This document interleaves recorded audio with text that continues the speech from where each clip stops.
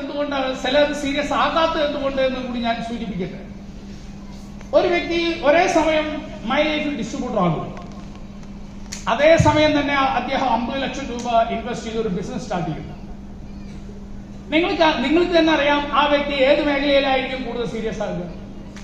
My life distributor ആകുന്നു, അന്ന് തന്നെ അദ്ദേഹം 50 ലക്ഷം മുടക്കി വേറൊരു ബിസിനസ് കൂടി സ്റ്റാർട്ട് ചെയ്യുന്നു. എവിടെയായിരിക്കും ആൾ സീരിയസ് ആകുക? നിങ്ങൾ പറയും. സ്വാഭാവികമായിട്ടും കൂടുതൽ എമൗണ്ട് ഇൻവെസ്റ്റ് ചെയ്തോർത്താണ്, ശരിയല്ലേ? 50 ലക്ഷം ഇൻവെസ്റ്റ് ചെയ്തോർത്താണ്. അപ്പൊ അദ്ദേഹം അവിടെ ഫുൾ ടൈമർ ആകും, സീരിയസ് ആവും, ഹാർഡ് വർക്കർ ആവും.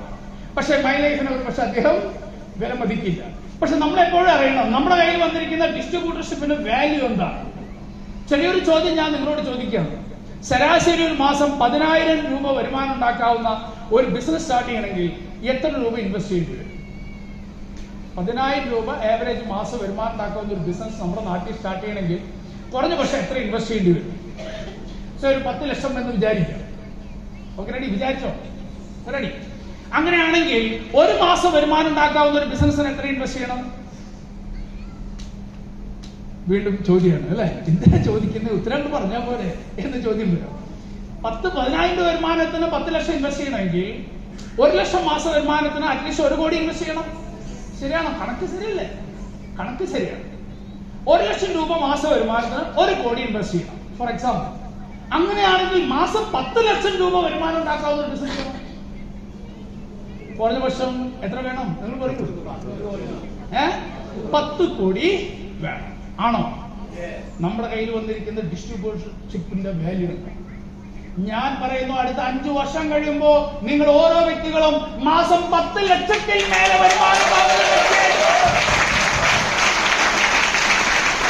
നിങ്ങളുടെ കയ്യിലിരിക്കുന്ന മൈ ലൈഫ് സ്റ്റൈൽ ഡിസ്ട്രിബ്യൂട്ടർ എന്ന് പറയുന്ന ഒരു ഡയമണ്ട് ആണ്. ഡയമണ്ട്. ഈ ഡയമണ്ട് നിങ്ങൾ മുറുകെ പിടിക്കുകയാണെങ്കിൽ ഈ ഡയമണ്ടിന്റെ വാല്യൂ 10 കോടിയാണെന്ന് നിങ്ങൾ മനസ്സുകൊണ്ട് അങ്ങോട്ട് അടിയുറച്ച് വിശ്വസിക്കുകയാണെങ്കിൽ, നിങ്ങൾ അങ്ങനെ വിശ്വസിച്ചാൽ മതി. നിങ്ങൾ പൈസ മുടക്കണ്ട, മുടക്കി എന്ന് വിചാരിക്കുക.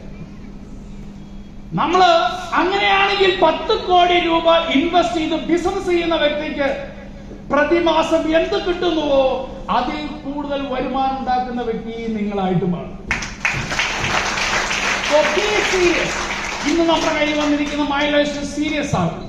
2 നമ്മൾ അടിയുറച്ച് നിൽക്കും. അടിയുറച്ച് മുമ്പ് സുരേഷ് സാർ പറഞ്ഞ പോലെ അടുത്തൊരു 3 വർഷം ഞാൻ സജസ്റ്റ് ചെയ്യുന്ന 2030 വരെയുള്ള കാലഘട്ടം, അടുത്ത 5 വർഷം മൈ ലൈഫിലേക്ക് ഒന്ന് മാറ്റിവെക്കും. നമ്മുടെ ജീവിതത്തിൽ ഇത് 2025 2020 എന്ന് പറയുന്നത് ഓർത്തെടുക്കാൻ കഴിയും, ശരിയല്ലേ?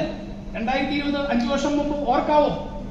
വളരെ പെട്ടെന്ന് ഓർക്കാം. 5 വർഷം മുമ്പ് ഓർക്കാം.